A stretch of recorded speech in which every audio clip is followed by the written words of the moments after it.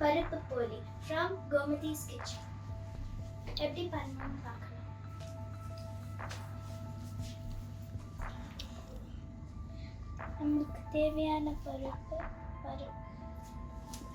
நமக்கு தேவையான பொருட்கள்லாம் நம்ம எடுத்து வச்சுருக்கேன். கடலைப்பருப்பு ஒரு அரை மணி நேரம் ஊற வச்சு எடுத்து வச்சுருக்கேன்.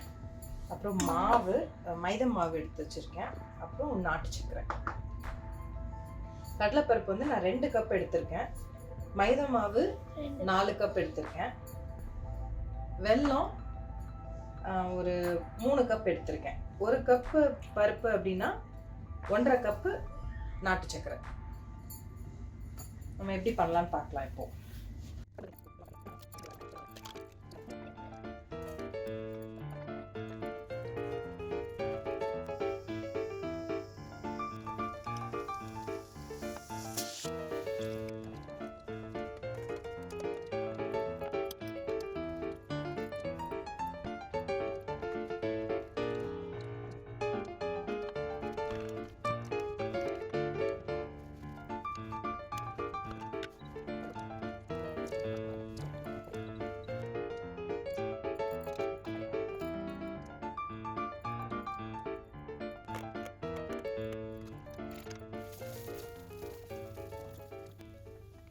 போலி ரெடி ஆயிடுச்சு.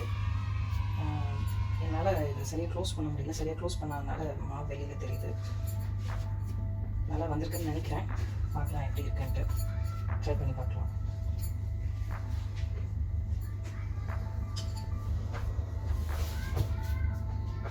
என்னோட பொண்ணு இப்போ ட்ரை பண்ண போனாங்க. அந்த ரெசிபியில் சொன்ன மாதிரி கையிலே பிக்க முடியும், சாஃப்டாக இருக்கும்னு சொன்னாங்க.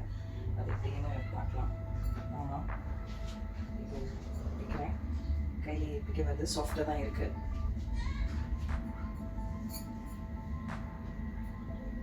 நிஜமாவே நல்லா வந்திருக்கு. என்னோட பொண்ணு ட்ரை பண்ணுறேன்.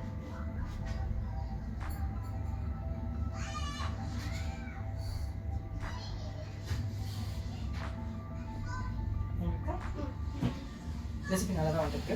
இதில் என்ன ப்ராப்ளம் அப்படின்னா நான் ஃபேஸ் பண்ணது அப்படின்னா, இந்த பூர்ணம் செய்யும்போது ரொம்ப நேரம் கிண்டிகிட்டே இருக்க மாதிரி இருக்குது. அது கொஞ்சம் கஷ்டமாக இருக்குது.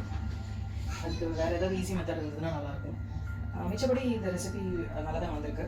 இந்த மாவு எடுக்கிறதுலையும் கொஞ்சம் கேர்ஃபுல்லாக இருக்கணும் அப்படின்னு நினைக்கிறேன்.